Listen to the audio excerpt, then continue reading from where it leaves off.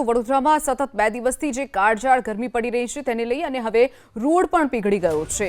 રોડનો ડામર પીગળી જવાની ઘટના બની। કાલાઘોડા સર્કલ પાસે ગરમીમાં ડામર રોડ પીગળી ગયો છે। રોડના નિર્માણમાં રીતિનો ઉપયોગ ન કરાતા ગરમીમાં ડામર પીગળી ગયો છે। વડોદરામાં છેલ્લા 2 દિવસથી પડી રહી છે 40 ડિગ્રીથી પણ વધુ ગરમી। વડોદરા શહેરમાં છેલ્લા 3 દિવસથી 40 ડિગ્રીથી વધુ તાપમાન જોવા મળી રહ્યું છે અને શહેરમાં અનેક વિસ્તારની અંદર જે રોડ રસ્તાઓ છે તે પીગળતા જોવા મળી રહ્યા છે।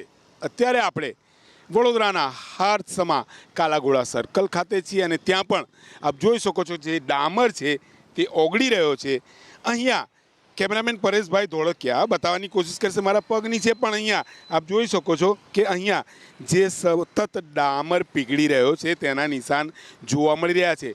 અહીંયાથી જે રાહદારી જતા હોય તેમના પગલાં દેખાય છે, સાથે જે 2 વ્હીલર 4 વ્હીલર ગાડીઓ અહીંયાથી પસાર થઈ રહી છે તેના પણ અહીંયા ડામરની અંદર લીસોટા જોવા મળી રહ્યા છે।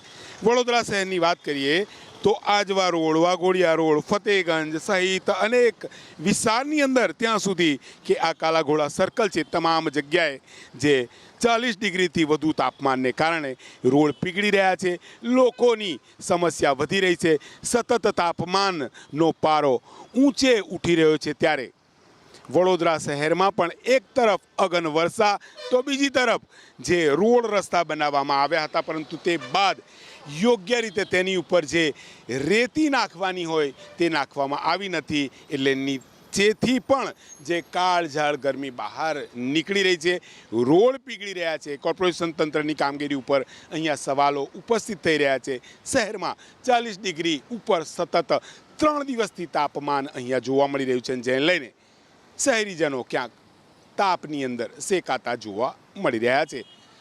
કેમેરામેન પરેશ ધોળકિયા સાથે લોરેન્સ પરમાર, એબીપી અસ્મિતા, વડોદરા।